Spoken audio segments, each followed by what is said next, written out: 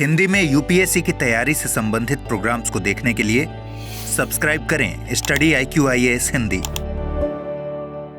Hello दोस्तों, बहुत बहुत स्वागत है आप सबका स्टडी IQIAS हिंदी चैनल पे। और जो हमारी श्रृंखला चल रही है हिंदी साहित्य वैकल्पिक विषय के प्रमुख विषयों को अपने वीडियोस के माध्यम से पूरा करने की, उसी श्रृंखला में आज हम बात करेंगे रीतिकाल के काव्य की। हम बात करेंगे रीतिकाल की प्रमुख विशेषताओं की, उसके नामकरण की और उससे जुड़ी कुछ और प्रवृत्तियों के बारे में बात की जाए। तो ये जो सीरीज हम लेके आ रहे हैं इसमें हमने बहुत सारे वीडियोस ऑलरेडी कवर किए हैं। आप हिंदी साहित्य की प्लेलिस्ट में जाके इन वीडियोस को देख सकते हैं और अपनी हिंदी साहित्य की तैयारी को मुकम्मल कर सकते हैं। लेकिन अगर आप हिंदी साहित्य की तैयारी को करना चाहते हैं और मुकम्मल, तो हमारा जो स्टडी IQ में मई धमाका सेल चल रही है। हिंदी साहित्य वैकल्पिक विषय का जो ब्रांड न्यू नया बैच जो है वो 31 मई से लॉन्च हो रहा है, 31 मई से शुरू हो रहा है। तो करना आपको क्या है, आपको जाना है स्टडी IQ विजिट करना है, विकास लाइव कोड का प्रयोग करना है और हमारे इस हिंदी साहित्य के बैच से जुड़ जाना है अगर अपनी तैयारी को आप करना चाहते हैं मुकम्मल और इस यूपीएससी की जर्नी को 2025 में देना चाहते हैं अंतिम अटेम्प्ट। अगर आप चाहते हैं ना कि 2025-26 में तैयारी हो जाए पूरी, भाई सफलता मिल जाए। हिंदी साहित्य सबसे छोटा विषय है, सबसे छोटा, सरल, सहज, नंबर लाना बहुत आसान। बाकी तो सारी डिटेलिंग मैं कर ही दूंगा। इसके पहले ऑलरेडी 7 बैच अच्छे तरीके से कवर हो रहे हैं, कुछ बैच खत्म हो चुके हैं, कुछ बैच चल रहे हैं। और ये जो बैच है ये हमारा बहुत प्रतीक्षित बैच है, चूंकि इस बैच में जो टारगेटिंग है वो क्या है, हम 310 प्लस मार्क्स को टारगेट करेंगे और कोशिश करेंगे इसे अचीव करने की। लेकिन उसके लिए आपको ये मई धमाका सेल का लाभ उठाना चाहिए और मात्र 14,999 रुपए यानी कि ऑलमोस्ट 15,000 रुपए में आप इस बैच को ज्वाइन कर सकते हैं। विकास लाइव कोड का प्रयोग करना न भूलें, विकास लाइव कोड का प्रयोग करना न भूलें। ठीक है, बात की जाए आज की, तो सबसे पहले हम बात करेंगे किसकी, रीतिकाल के नामकरण की। देखिए, रीतिकाल के नामकरण की बात की जाए तो देखिए पहली लाइन में लिखा है कि वामन दास जो थे, कई लोग कहते हैं कि उनके प्रवर्तन के कारण वही प्रवर्तक आचार्य थे रीतिकाल के, लेकिन उनका खुद जो यहां पे टर्म देखिए आप देख सकते हैं, रीतिरात्मक काव्यस्य। ठीक है, रीतिरात्मक काव्यस्य, जो आचार्य वामन का सूक्ति वाक्य रहा, जिसपे कई अनुष्ठान लिखे गए, जिसपे बहुत सारे तर्क वितर्क प्रचलित हैं, उसके अनुसार भी अगर मैं बात करूं तो कहीं ना कहीं रीतिकाल का जो अर्थ है वो बहुत व्यापक है। रीतिकाल का जो अर्थ है बहुत व्यापक है। अभी जब हम इसके नामकरण पे चलेंगे ना, जो हम हिंदी साहित्य में इसका नामकरण करते हैं, तो आपको पता चलेगा कि क्यों इतना व्यापक है। ठीक है, सामान्य रूप में अगर कहा जाए तो अनुकरण करने की जो प्रवृत्ति होती है, अनुकरण किसी चीज को फॉलो करने की, यानी किसी परंपरा को आगे बढ़ाने की प्रवृत्ति, जिसको हम कहते हैं कि रघुकुल रीति सदा चली आई, प्राण जाए पर वचन न जाए। उस रीति, उस परंपरा और उस अनुकरण करने की जो प्रवृत्ति होती है उसको रीतिकाल नाम दिया गया, उसको रीतिकाल नाम दिया गया। ये उस कारण से उसे रीतिकाल नाम दिया गया। ठीक है, अब इसमें जैसे देखिए देव लिखते हैं कि अपनी अपनी रीति के काव्य और अपनी काव्य कवि रीति, मतलब जो कि देव, बिहारी, पद्माकर, केशवदास, इवन गुरु गोविंद सिंह जी, ऐसे बहुत सारे कवि इस दौरान हुए जिन्होंने अपने अपने तरीके से अपनी अपनी परंपराओं को आगे बढ़ाते हुए रीतिकाल में साहित्य रचे।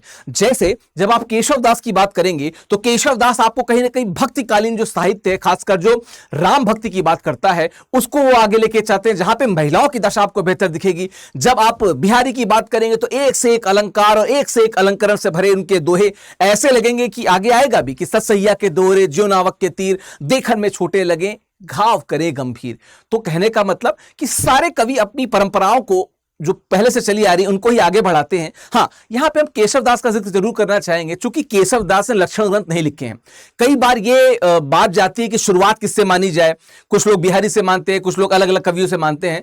बहुत बोधा कवि केशवदास से इसलिए मानते हैं क्योंकि केशवदास ने रीतिकाल में यूं तो परंपराओं को आगे लेके गए, बावजूद उसके उन्होंने कुछ नई चीजों को भी आगे किया।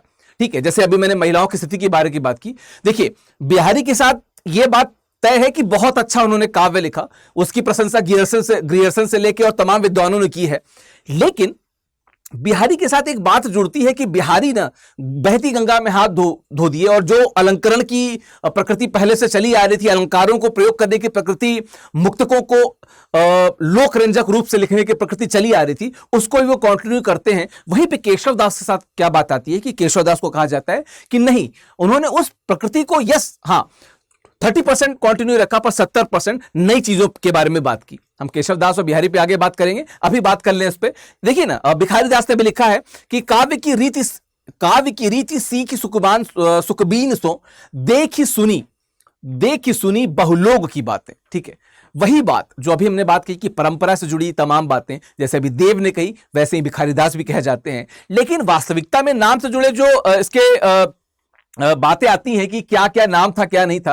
देखिए, मिश्र बंधु ने इसको अलंकृत काल कहा था, आचार्य रामचंद्र शुक्ल ने इसको रीति काल कहा था, राम कुमार वर्मा ने, जिन्होंने हिंदी साहित्य का आलोचनात्मक इतिहास लिखा था, डॉक्टर राम कुमार वर्मा ने, उन्हें जो कला काल कहा था। ठीक है, कला काल कहा था। डॉक्टर रसाल ने इसको काव्य कला काल कहा था। आचार्य विश्वनाथ प्रसाद मिश्र ने इसे श्रृंगार काल कहा था, और कहीं ना कहीं आचार्य रामचंद्र शुक्ल भी इसको श्रृंगार काल कहने के काफी पक्षधर थे, तथापि उन्होंने रीति काल नाम चुना। आचार्य हजारी प्रसाद द्विवेदी ने इसे उत्तर मध्य काल कहा था।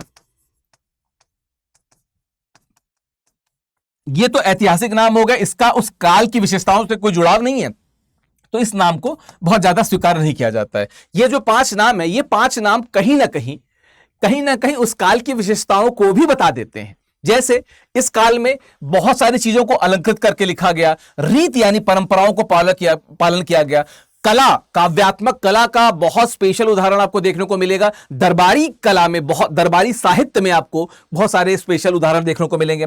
काव्य कला काल, ठीक है, काव्य कला काल, ये आप इस मामले समझ लीजिए कि बिहारी एक ऐसे कवि थे, उनको दरबार में डेली नया मुक्तक लिखना पड़ता था, और उसमें भी वो समाज की बात कर लेते थे, रूढ़ियों की बात कर लेते थे, बड़ी बात। ठीक है, और श्रृंगार काल, ऑफ कोर्स, बिल्कुल, मैंने जब पिछली बार रीतिकाल के बारे में बताया था तो इस बात को क्लियर किया था कि रीतिकाल वो काल है जिस काल में श्रृंगार बहुत ज्यादा देखने को मिलता है, और श्रृंगार भी कैसा, संयोग श्रृंगार आपको बहुत ज्यादा देखने को मिलेगा। तो कहीं ना कहीं रीतिकाल वो काल था जहां पे संयोग श्रृंगार आपको बहुधा देखने को मिलता है।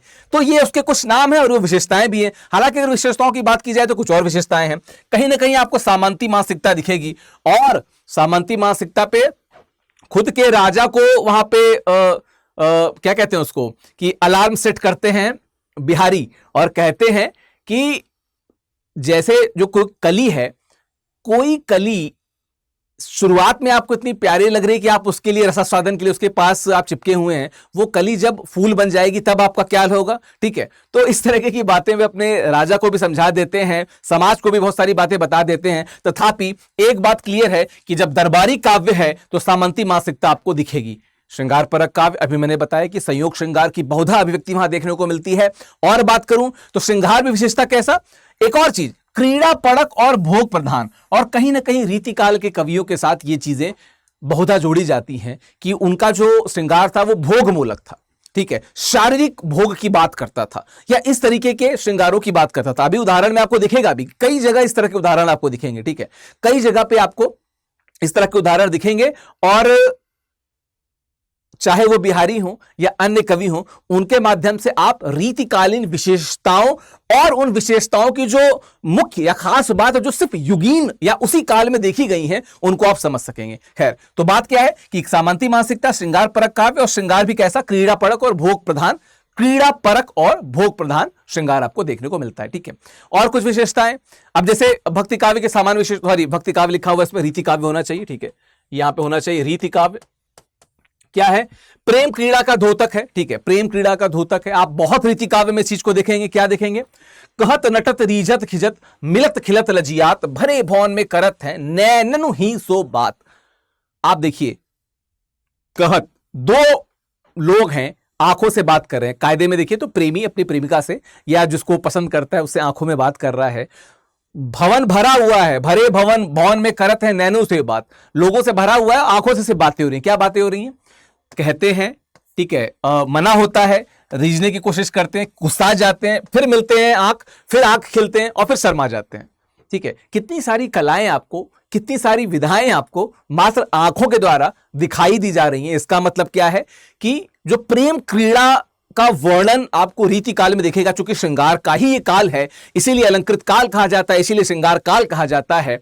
इसलिए आपको बहुत ज्यादा यहां पे देखने को मिलेगा और इस तरह के बहुत सारे उदाहरण आपको देखने को मिलेंगे। तो एक तो यह है इसकी खास बात। दूसरी क्या है, काव्य का उद्देश्य क्या है, चरम सुख व आनंद की प्राप्ति करवाना। ठीक है, चरम सुख व आनंद की प्राप्ति करवाना, लेकिन इसके सिर्फ वो अर्थ नहीं है जो आप समझ रहे हो। ठीक है, जो भोग बोला की मैंने बात की थी, सिर्फ वो अर्थ नहीं है। मैं बताता हूं, जैसे लिखा है, तंत्रीनाथ कवितरस सारस राग रतरंगा अन बूढ़े बूढ़े तेरे जेल बूढ़े सब अंगा। ठीक है, क्या मतलब है, वो ये कह रहे हैं कि जो शास्त्रीय ज्ञान होता है, या शास्त्रीय संगीत हो जाए, शास्त्रीय कलाएं हो जाए, या इस तरह की जो कलाएं होती हैं, ठीक है, इस तरह की जो कलाएं होती हैं, जब तक आप इनमें डूब नहीं जाते हैं तब तक आप पार नहीं होते। ठीक है, कहने का मतलब जो कलाएं होती हैं, जैसे तंत्रीनाथ के उदाहरण के साथ ये बता रहे हैं, जब तक आप इसमें पूर्णतः डूब नहीं जाएंगे आप पार नहीं होंगे। ये बिल्कुल वैसा ही है कि वो कहते हैं ना कि खुसरो दरिया प्रेम का उल्टी वाकीधार, जो उतरा सो डूब गया, जो डूबो सो पार। उसी की बात को ये अलग तरीके से कहते हैं। और कहीं ना कहीं आपको दिखेगा कि खुसरो और रीतिकाल में कई समानताएं भी आपको दिखेंगी। उसमें से एक ये जो मैं बता रहा हूं चरम सुख और आनंद वाली की, वो क्या कहते हैं कि आपको किसी भी ज्ञान को प्राप्त करने के लिए उस ज्ञान की जो नदी है उसमें उतरना पड़ेगा। ठीक है, जो उतरेगा डूबेगा वही पार जाएगा, जो नहीं डूबेगा ना उसको मुक्ति नहीं मिलेगी, उसको मुक्ति नहीं मिल सकती है। तो ये चरम सुख और आनंद कब मिलेगा, जब आप पूर्णता अपने को उसमें न्यौछावर कर देंगे, सर्वस्व अपना न्यौछावर करके उसमें उतर जाएंगे, तो आपको क्या मिलेगा, चरम सुख की प्राप्ति मिलेगी। बात की जाए उसके आगे की, तो सामाजिक विसंगतियों पर कटाक्ष किए गए हैं, वहां भी आनंद प्राप्त करने की चाहत ज्यादा प्रबल है। सामाजिक विसंगतियों पर कटाक्ष तो किए गए हैं, लेकिन वहां पे भी क्या है, जो आनंद है उनको प्राप्त करने की चाहत ज्यादा प्रबल है। अब देखिए क्या है, इसको ध्यान से देखिएगा, बड़ा इंटरेस्टिंग सा है ये। क्या है, चित पितु मारत जोग मुनि भयो भय सुत सोग फिर हुलस्तियो जिग जैसी समझे जारत जोग। ठीक है, एक साहब हैं, ठीक है, वो क्या है, वैद्य टाइप से हैं। वो किसी की नाड़ी देखते हैं और उनको, या उस व्यक्ति की हालत देख के, सॉरी मैं किसी और दोहे में चला गया था। ये एक जो बच्चा है पैदा हुआ होता है उसको देखते हैं, उसको देख के देखते हैं कि उसमें क्या है, उस पे लिखा है कि पितुमारक योग है, पिता उसका मर जाएगा ऐसा योग है। ये देख के वो घबरा जाता है क्योंकि उसका खुद का बच्चा रहता है, ये सस्पेंस है, उसका खुद का बच्चा रहता है और उसका पिता मर जाएगा, ये देख के घबरा जाता है। लेकिन उसके बाद वो कौन सा योग देखता है, जारज योग।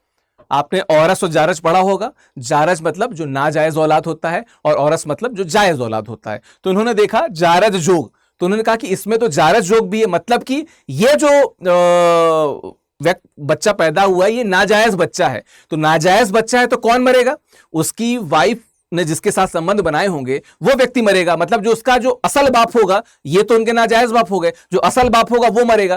तो कहने का मतलब कि जो नाजायज बाप है वो मरेगा, मैं क्यों मरूंगा इसको। ठीक है, और शुरुआत में घबरा गए थे, जब शुरुआत में देखते हैं कि उसके पित्र के मरने का योग है तो घबरा जाते हैं, लेकिन फिर देखते हैं तो जारज योग है।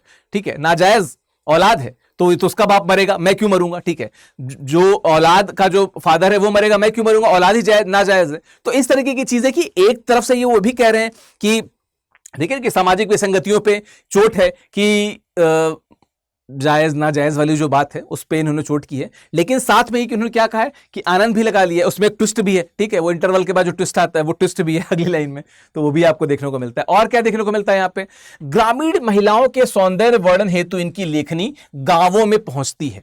ठीक है, मैं एक चीज और बता दूं, कई बार ना ये जैसे बिहारी की लाइन है, तो बिहारी कई बार ना खुद को बहुत शहरी मानते हुए ना ग्रामीण या गंवार औरतों को बहुत तुच्छ बताते हैं। देखिए गंवार शब्द तुच्छ नहीं है, वो जो व्यक्ति गांव से आया है उसको गंवार कहते हैं, तो उसमें बुरी बात क्या माननी भाई, वो शब्द है, उसका जो प्रयोग है वो बुरी तरीके से या गलत तरीके से किया जा रहा है, इस पे हमें बात करनी है। ठीक है, तो क्या है, गदराने तन गोरटी एपन आड लार, ठीक है, हत्यो दे इटलाई दृगय करें गंवारी सुमार। ठीक है, थोड़ा सा पढ़ने में इधर उधर हो गया क्योंकि हल्का सा मैंने करेक्शन किया था, यहाँ पे थोड़ी सी स्पेलिंग मिस्टेक्स थी। ठीक, बात क्या है कि कह रहे हैं कि किसी महिला को देख के, कोई लड़की जा रही है उसको देख के कह रहे हैं कि उसका जो शरीर है, शब्द बहुत श्लील तो नहीं है लेकिन प्रयोग करना होगा, शरीर उसका जो है बहुत गदराया हुआ है। ठीक है, और एप्पन का उसने अपने माथे पे टीका लगाया हुआ है और कमर पे हाथ रख के जो खिलाते हुए चली जा रही है, बड़ी सुंदर लग रही है। सेकंड इसका मीनिंग ये है कि गंवार है। ठीक है, गांव की है, लिखा है ना गंवारी, गांव की औरत है फिर भी सुंदर है। कहने का मतलब कि सिर्फ शहर में इनको सुंदर औरतें दिखती हैं, गांव में इन्हें सुंदर औरतें नहीं दिखती हैं। तो उसके शरीर पे इन्होंने बात की है और शरीर के साथ उसके जो बैकग्राउंड है उस पर भी इन्होंने कटाक्ष लिखा है, जो कि एक तरीके से देखा जाए तो बहुत सही नहीं लिखता, ठीक है, बहुत सही नहीं लगता। और क्या है, दोहे छोटे, उनकी धार बहुत प्रखर, मैंने बताया। सतसैया के दोहरे, जो नावक के तीर देखन में छोटे लगे, घाव करे गंभीर। ये जो नाविक है, नावक की बात होती है, ये तीर बनाते थे और बड़े छोटे तीर होते थे, बड़े खतरनाक लगते थे, ऐसे लगते थे कि लोगों के दिल तक घुस जाते थे। उसी नावक के तीर की बात कर रहे हैं कि सतसैया के जो दोहे हैं इतने खतरनाक है। सतसई मतलब 700, अराउंड 713 दोहे थे जो बिहारी लाल की जो सतसई थी, तो सतसई मतलब 700, तो अब 713 दोहे थे, तो अब उनका समझ लीजिए कि एक वो लंप सम निकाला गया और 713 बोला गया, ठीक है। तो सतसैया के दोहरे, ज्यों नावक के तीर देखन में छोटे लगे, घाव करे गंभीर। छोटे छोटे से हैं पर घाव गंभीर करते हैं, और ये सही बात है। मैं तो कुछ दोहों की बात कर रहा हूं और हम लोग विशेषताओं की बात कर रहे हैं भक्ति काल में, जिन पे हमें ऑब्जेक्शन हो सकता है या जिनसे हमें जुड़ाव हो सकता है। बावजूद इसके इस बात में कोई दो राय नहीं कि एक व्यक्ति जो डेली दरबार में, समाज में जाके ऐसे दोहे बनाता है और उस दोहे का असर इतना होता है कि राजा भी खुश होता है, प्रजा भी खुश होती है, दरबारी भी खुश होते हैं, समाज भी समझता है, लोग भी समझते हैं उस बात को, तो उसका श्रेय मिलना चाहिए उनको, ठीक है। इसीलिए इनके दोहे की बहुत प्रखर बात की गई, बिहारी के दोहे, ठीक है। और क्या है इसमें खास बात, नोक चोक व तकरार का बेहद सुंदर व चित्रात्मक वर्णन हुआ है। क्या, बतरस लालच लाल की मुरली धरी लुकाए, सौह करे बौहन हुए दैन कहे नट जाए, ठीक है, ठीक है। नट जाना मतलब मना कर देना। क्या है, बतरस लालच लाल की मुरली धरी लुकाए। जो गोपियां हैं, श्री कृष्ण से मजाक करने के चक्कर में उनकी जो मुरली है ना, उनकी जो बांसुरी है उसको छुपा लेती हैं। लुकाए मतलब छुपा लेती हैं। अच्छा, आप जहां पे भी श्रृंगार वर्णन देखेंगे कृष्ण और गोपियों का, वहां पे गोपियां ना मुरली को हमेशा, मुरली मतलब उनकी बांसुरी को हमेशा अपनी सौत मान के आगे बात करती हैं। तो मुरली धरी लुकाए, सौह करे भवन उसे दैन कहे नट जाए। तो जब क्या कहते हैं, श्री कृष्ण मांगते हैं तो वो मना कर देती हैं, ऐसे भाव से हंसती हैं, दिखावा करती हैं, लेकिन जब वो मांगते हैं तो कहती हैं हमारे पास तो नहीं है, मना कर देती हैं। तो इस तरीके का जो नोक झोंक व तकरार की बात है जो श्री कृष्ण और गोपियों के बीच में है, उसका बहुत माधुर्यपूर्ण वर्णन किया हुआ है यहाँ पे। और ये रीतिकाल की खास बात है कि जहां पे श्रृंगार है अक्सर आपको बहुत ही माधुर्यपूर्ण वर्णन मिलेगा। यद्यपि मैंने बात बताया कि देह मूलक या भोग मूलक वर्णन भी मिलता है, ठीक है, बावजूद इसके जहां पे माधुर्य दिखेगा वहां पे माधुर्य अधिकतम दिखेगा, ठीक है। और क्या है, अतिशोक्ति का वर्णन बहुत किया गया है, अतिशोक्ति भर भर के हैं, आपको बहुत जगह अतिशोक्ति दिखेंगी। इत आवत चली जात उत चली छे सातक हाथ, चढ़ी हिंडोरे सो रहे लगो उसासिनी साथ। क्या, कि एक महिला का जिक्र कर रहे हैं जो झूले पे झूल रही है ना, और वो जब सांस लेती है तो 7 हाथ पीछे चली जाती है और सांस छोड़ती है तो 7 हाथ आगे चली जाती है। तो अब अतिशयोक्ति है, ऐसा कौन होता है जो सांस लेने के बाद इतना पीछे या इतने आगे चला जाता है। ऐसे किसी महिला का जिक्र ये कर रहे हैं और ऐसी किसी महिला की ये बात कर रहे हैं। और जब हम रीतिकाल की बात करते हैं तो इस तरीके के अति क्या कहते हैं, शोक्तिपूर्ण वर्णन आपको बहुत दिखते हैं। इसलिए मैं कहता हूं कि रीतिकाल को अगर आप अच्छे से पढ़ लेंगे तो आपके सारे अलंकार, यमक अलंकार, श्लेष अलंकार, अतिशोक्ति अलंकार, उत्प्रेक्षा अलंकार, उपमा अलंकार, रूपक अलंकार, सारे अलंकार आपके कवर हो जाएंगे। इसीलिए रीतिकाल की जो महत्ता है वो बहुत बढ़ जाती है। क्योंकि काव्य शास्त्र जब होता है ना, जैसे मान लीजिए कि आप प्रश्न पत्र 2 खंड क की बात करें तो उसमें ऐसे बहुत सारे उदाहरण है जहां पे आपको विशेष लिखना पड़ता है। उस विशेष में अगर आप उदाहरण दे रहे हैं तो कुछ उदाहरणों को यहां से जोड़ सकते हैं अगर आपका काव्य शास्त्र मजबूत है।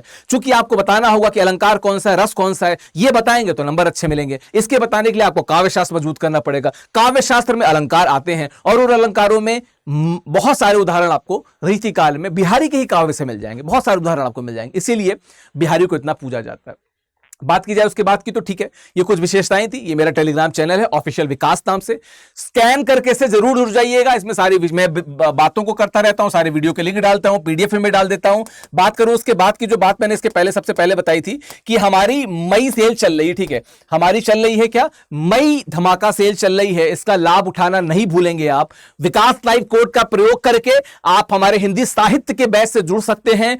31 मई से कक्षाएं शुरू हो रही हैं, तो देर नहीं करना है। 2025 बहुत पास है दोस्तों। अगर आप 2026 तैयार कर रहे हैं फिर भी ऐसा नहीं है कि आप पंचवर्षीय योजना लेकर तैयार करेंगे।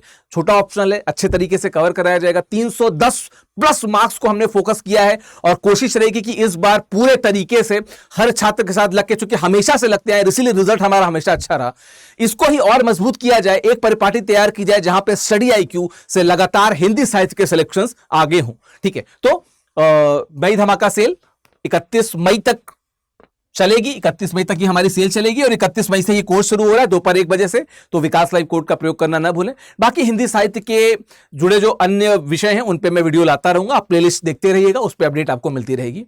बाकी आपका दिन शुभ हो। स्टडी IQ देखने के लिए बहुत बहुत धन्यवाद, शुक्रिया। हिंदी में यूपीएससी की तैयारी से संबंधित प्रोग्राम्स को देखने के लिए सब्सक्राइब करें स्टडी IQ IAS हिंदी।